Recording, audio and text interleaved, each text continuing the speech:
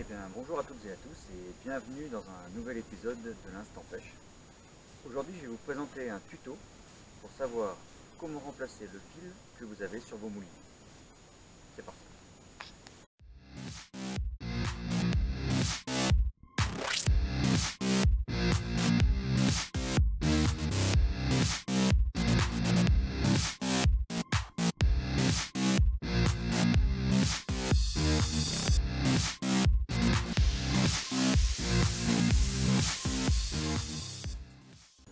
Et bien certainement que comme moi, beaucoup d'entre vous ont été surpris par le confinement et n'ont pas pu acheter leur nouveau fil.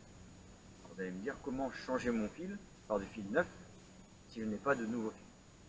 Eh bien le secret réside dans votre ancienne bobine. Comme chacun d'entre vous et moi-même, nous mettons 3 à 400 mètres de fil dans nos bobines. Donc notre fil neuf, eh bien il est en dessous.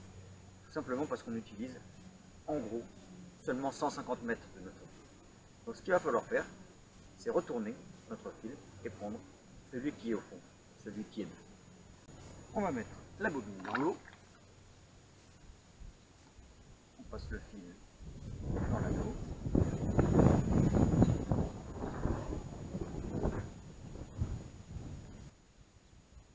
On fait un nœud simple.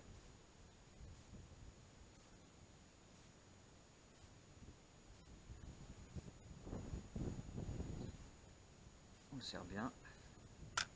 On rabat le pick-up. Et c'est parti. Alors, on utilise la bassine d'eau tout simplement parce que la bobine dans l'eau va se charger, le fil va se charger d'eau et va éviter de vous chauffer les doigts quand il va passer. Deuxième chose, c'est que la bobine sera libre et si le fil est vrillé, ça va le dévriller.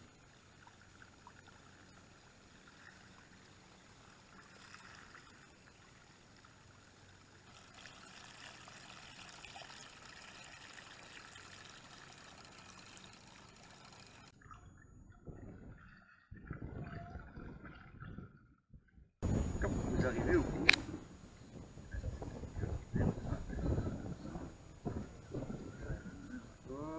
hop.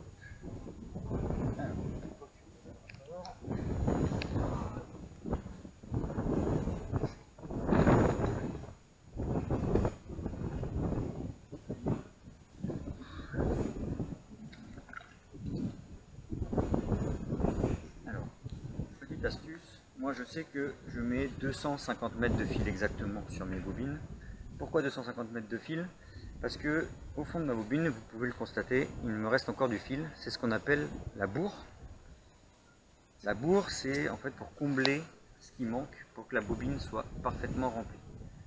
Donc là, je sais que j'ai la capacité totale de ma bobine qui sera remplie correctement grâce à cette bourre. Étape numéro 2, le remplissage. Là, on va faire ce qu'on a fait à l'instant pour vider. En fait, on va prendre une nouvelle bobine avec le vieux fil sur le dessus. On va la mettre dans l'eau.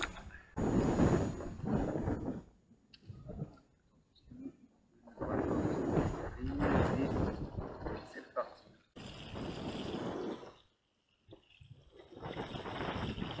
Et on va comme ça.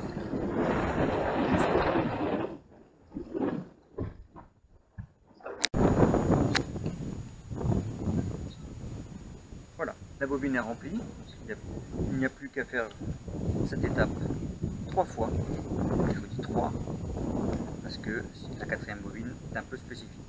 Une fois que vous avez fini le remplissage, avant de passer au montage, on va clipper le fil, hop, ici. Voilà, et on va pouvoir passer au remplissage des autres bobines. Alors, la dernière étape, il faut un peu plus de bobines. On avait notre bobine qu'on a vidée et qu'on a mis sur une bobine vide. Donc ça veut dire que là, le fil neuf est sur le dessus. Sauf que c'est pas ma bobine de pêche. Si je mets mon fil neuf sur ma bobine vide, c'est à nouveau le fil vieux qui va se retrouver sur le dessus. Donc il y a une étape intermédiaire. Il va falloir que j'utilise une autre bobine dont je ne me sers pas pour retourner ce fil là que le fil neuf se retrouve dessous le fil vieux dessus. Et à ce moment-là, je pourrais rebasculer ma bobine avec le fil vieux dessous et le fil neuf dessus. Et bien voilà, cette vidéo se termine. Merci de m'avoir suivi. J'espère qu'elle vous aidera à monter vos fils sur vos bobines. Aujourd'hui, j'avais l'aide d'un assistant, Nathan, derrière les caméras pour filmer.